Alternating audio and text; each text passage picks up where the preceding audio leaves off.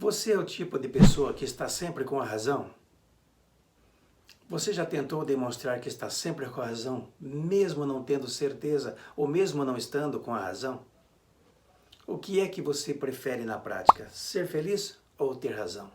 É sobre isso que nós vamos falar aqui hoje no canal, logo após a nossa vinheta tradicional. Aguarda só um instantinho.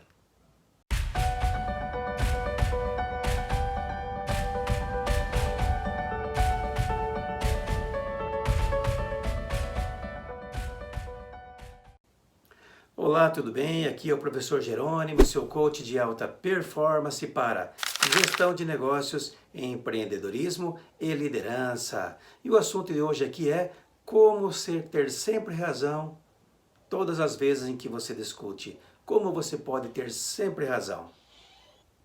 Porém, antes de prosseguir sobre o assunto de hoje, não deixe de curtir o nosso canal, não deixe de ativar o sininho para que você possa receber as nossas notificações toda semana e principalmente, se você ainda não se inscreveu, eu agradecerei eternamente pela sua inscrição e assim você pode me acompanhar aqui durante os próximos 50 anos, como eu sempre gosto de dizer. Bom, o assunto de hoje então é como ter razão sempre. Mas as perguntas que eu fiz no início e quero repetir agora são, no mínimo, intrigantes. Por que será que as pessoas estão sempre querendo ter razão? Você é o tipo de pessoa que está sempre com a razão? Só você tem razão? Você já tentou demonstrar razão mesmo sabendo que você estava errado? Por que será que isso acontece? O que é que você prefere na prática? Como diz aquele velho ditado, aquela velha questão, ser feliz ou ter razão? Para fazer uma referência nesse vídeo, eu gosto sempre de lembrar aqui de uma fábula do juiz Sufi. Eu já contei essa fábula em outros vídeos, mas eu faço questão de repetir que é uma fábula simples e faz no mínimo a gente pensar. O juiz Sufi chamou duas pessoas que estavam lá na comunidade brigando e discutindo por uma pequena posse de terra que ficava bem no meio dos dois terrenos onde ambos moravam. Então ele pediu ao escrivão que fosse lá chamar as duas pessoas porque ele ia resolver esta pendenga, ia resolver essa pendência. Então quando chegaram as duas pessoas, ele ordenou ao escrivão: anota tudo o que eles disserem, porque eu quero decidir aqui quem de fato aqui tem razão, já que eles não conseguem chegar a um acordo. Muito bem, primeiro cidadão que está aqui do ladinho, pode falar qual é o motivo, qual é o problema da encrenca, por que é que de fato você acha que tem razão. Escrivão, anota tudo aí. Muito bem, então o primeiro começou a falar. Bom, senhor juiz, eu tenho razão por conta disso, disso. Eu estou lá há tanto tempo, esse terreno quando eu cheguei já tinha esse pedacinho, eu sempre fiz alguma coisa nesse terreno e assim por diante. Mas ele falou tão bem, mas com tanta propriedade, mas com tanta insistência, mas com tanto equilíbrio, com tanta convicção, que o juiz Sufi olhou para ele e sentenciou: de fato, você tem razão.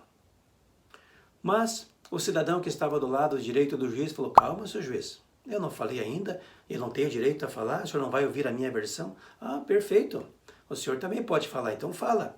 Por que o senhor acha que aquele terreno é seu? Como é que o senhor tem tanta certeza disso?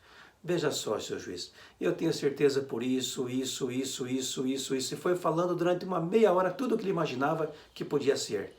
E o juiz, do alto da sua sabedoria, olhou para ele e falou: poxa vida, você está me falando com tanta eloquência, com tanta propriedade, com tanto equilíbrio, com tanto conhecimento de causa, que eu acho que no fundo não é ele que tem razão. Você tem razão. Aí, meu amigo, o escrivão que estava do lado, um pouco surpreso, meio estupefato, interrompeu o juiz e falou: senhor juiz, com licença, como assim? Um já falou com as mesmas propriedades, as mesmas características, as mesmas argumentações, o senhor disse que ele tinha razão. Agora o outro falou com as mesmas propriedades, com as mesmas características, com a mesma argumentação, com a mesma convicção, e ele também tem razão? Os dois não podem ter razão ao mesmo tempo. O juiz olhou para ele, do alto da sua sabedoria: de fato, você tem razão. O que significa isso na prática, segundo o juiz Sufi? A razão é uma questão muito particular. E às vezes a razão é muito mais uma questão de competição, de fazer valer a nossa ideia, de simplesmente ser um pouco orgulhoso e até mesmo muitas vezes severo, né? Não querer descer do pedestal, não querer praticar um pouco de humildade, querer competir com os outros do que propriamente ter razão. Mas de onde vem essa palavra razão? Ela vem lá do latim, ratio, que também deu origem à palavra rationem, que significa na prática cálculo, ou seja, razão, proporção, derivativo, ou seja, uma pequena porção de algo, uma pequena porção de algum cálculo, um pequeno resultado de uma equação, ou seja, algo que representa uma parte. Perfeito? Ela foi originariamente usada muito em cálculos matemáticos. Por outro lado, alguns entendem como a capacidade que o ser humano tem de ponderar, de argumentar, de colocar suas ideias para de fato tentar entender se ele tem mais razão ou menos razões, dependendo da sua capacidade de articulação. Para muitos, é o motivo que representa, digamos assim, né, a explicação para determinadas atitudes. Para outros, é a conformidade com os termos da justiça, que muitas vezes é atribuída, e por mais que a gente não esteja contente com aquilo que foi atribuído, mas como se trata da justiça, a gente pressupõe que aquilo tenha sido feito da maneira mais justa possível. E também, de certa forma, é o meio, ou são os meios que você muitas vezes emprega para convencer uma pessoa de alguma coisa. Agora, o fato de você convencer alguém não significa necessariamente que você tem razão. Eu gosto sempre de lembrar aqui daquelas 4 características que eu já mencionei, inclusive em outros vídeos, para que você não esqueça. O ser humano tem 4 características que já foram mapeadas, são fundamentais, elas exercem muita influência na sua vida, no seu comportamento, na sua história, na maneira como você se relaciona com as pessoas. Em primeiro lugar, lembre-se, o ser humano é extremamente competitivo. Já dizia o Richard Dawkins, o famoso autor do livro O Gene Egoísta. Richard Dawkins dizia, somos todos egoístas. Nós não nascemos egoístas. Nós já nascemos egoístas, perdão. Ou seja, quem foi o primeiro que chegou lá no óvulo da mamãe? Você, derrotando centenas de milhares de candidatos. Em segundo lugar, lembre-se, o ser humano é por natureza preconceituoso. Como dizia Emerson, grande pensador norte-americano, o homem só é sincero sozinho. O homem foi forjado a ferro e martelada. Nós só somos assim porque bateram muito na nossa cabeça, puxaram muito a nossa orelha, levamos muitas chacoalhões dos nossos pais. Caso contrário, nós seríamos bem mais atirados, mais orgulhosos, mais preconceituosos.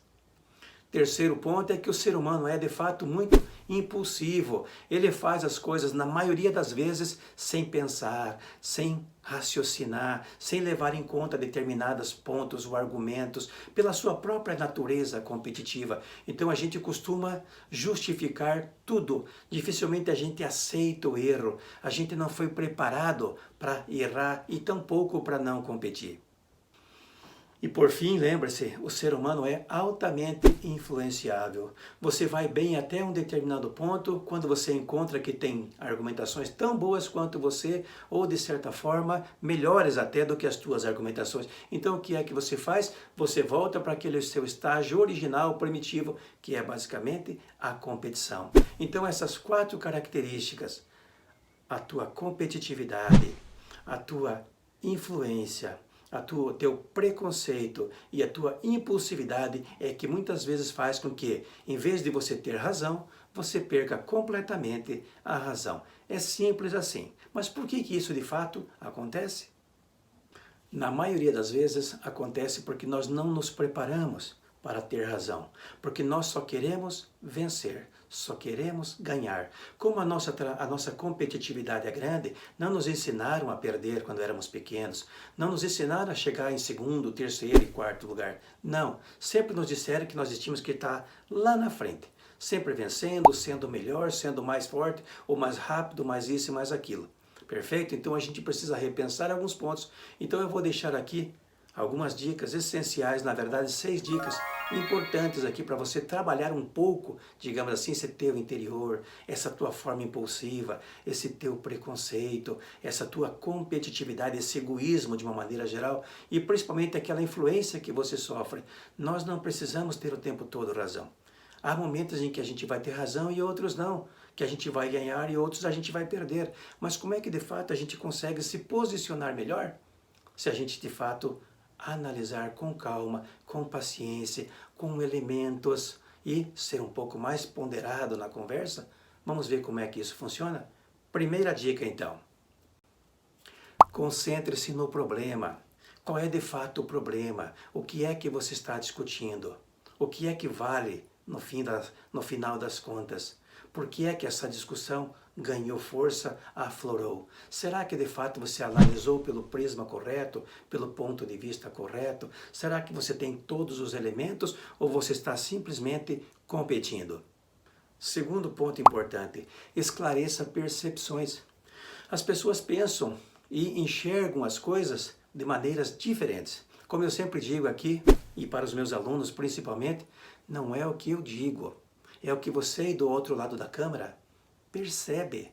Então muitas vezes eu digo para você que eu sou isso, eu sou aquilo, eu faço assim, eu faço assado, mas a mensagem talvez que eu esteja transmitindo para você esteja sendo percebida de maneira errada. Eu tenho uma base de conhecimento, você tem outra base de conhecimento. Eu tive um tipo de cultura, de criação, de linguagem dentro de casa, você teve outra. E assim a gente muitas vezes precisa o quê? Esclarecer percepções. De que maneira? O que você pensa a respeito disso? Como é que você chegou a essa conclusão? Será que nós podemos alinhar determinados pontos? Onde é que está pegando? Qual que é a nossa diferença?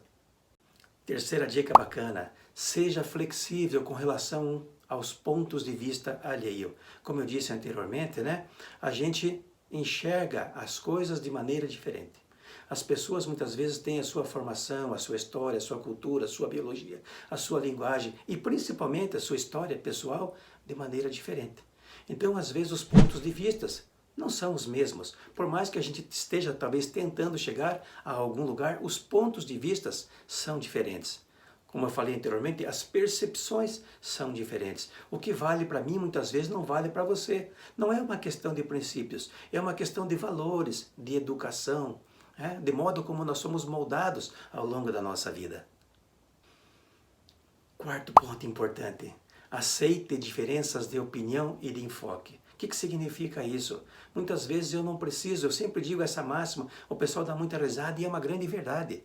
Eu não preciso amar você para a gente se dar bem. Será que eu consigo recuar um pouco? Será que eu consigo abrir mão um pouquinho daquele ponto de vista para no mínimo tentar me colocar do seu lugar aí, usando aquilo que a gente conhece como empatia? Será que se eu me colocar aí do teu lado, me colocar do seu lugar e a gente dialogar mais, eu te ouvir mais, a gente vai chegar a algum lugar? Provavelmente sim. Um quinto ponto, não menos importante, fundamental. Eu faço questão sempre de frisar isso. Evite rótulos negativos. Nós fomos condicionados ao longo da nossa vida a rotular as pessoas de maneira negativa, incluindo os filhos dentro de casa. Um filho é mais inteligente, outro filho é mais isso, outro filho é menos aquilo. Isso. Já não se admite mais isso hoje. No passado, nossos pais, por uma ignorância absoluta, total, rotulavam, escolhiam, faziam coisas muitas vezes, por mais que eles nos amassem, coisas que a gente não concordava e que ao longo da nossa vida ela foi influindo lá no modo como a gente age, como a gente passa, como a gente pensa, aqueles velhos modelos mentais que eu já tratei aqui também em outros pontos do nosso canal. Mas, de certa forma, o que importa na prática? O que vale a pena a gente refletir e pensar a respeito? Rotular as pessoas de maneira negativa é sempre nocivo. É sempre uma possibilidade de você trancar alguém, de você deixar as pessoas mal, de você simplesmente dizer para elas que elas não prestam, elas isso ou elas aquilo. Evite esse rótulo, principalmente dentro de casa. Na empresa a gente tem essa mania de ficar rotulando, colocando apelido nas pessoas, falando mal disso, mal daquilo, ou seja, por um trejeito, uma característica, às vezes um comportamento que muitas vezes foi inadequado, mas será que a pessoa de fato é tudo aquilo? Eu acredito que não. Por fim, sexta e última dica, focalize resultados. Gere opções, gente. Focalize resultados. O que de fato interessa aqui? Perfeito? A que ponto e onde é que nós estamos querendo chegar? Em que ponto nós estamos? Para onde é que nós pretendemos ir? Qual é a parte que me cabe e qual é a tua parte? Nós dois temos responsabilidade nisso. Como é que nós vamos chegar para evoluir a partir disso? Fica muito mais fácil, muito mais tranquilo, muito mais honesto, muito mais direto para você resolver e nunca deixar de ter razão. Nós nunca venceremos todas. Faz parte do processo, faz parte da evolução. Nós nunca teremos razão sempre. O fato de você ter razão, muitas vezes, mesmo sem ter razão, faz com que outras pessoas não tenham razão, sempre e às vezes tendo razão. Então essa é uma questão muito particular, é uma questão muito de percepção, é uma questão de abrir mão, de negociar, de fazer muitas vezes coisas que nós não queremos fazer, de abrir mão de coisas que nós não queremos abrir e assim por diante. Sendo mais honesto, mais sensato, mais ponderado, menos orgulhoso, provavelmente você nunca vai deixar de ter razão, embora muitas vezes você tenha que admitir a razão contrária para ser um pouco mais feliz. Gostou do vídeo? Tenho absoluta certeza que sim.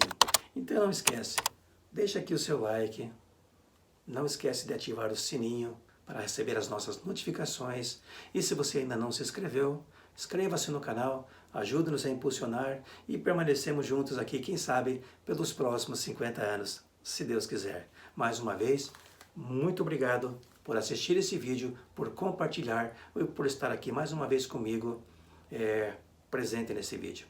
Um grande abraço e até a próxima oportunidade.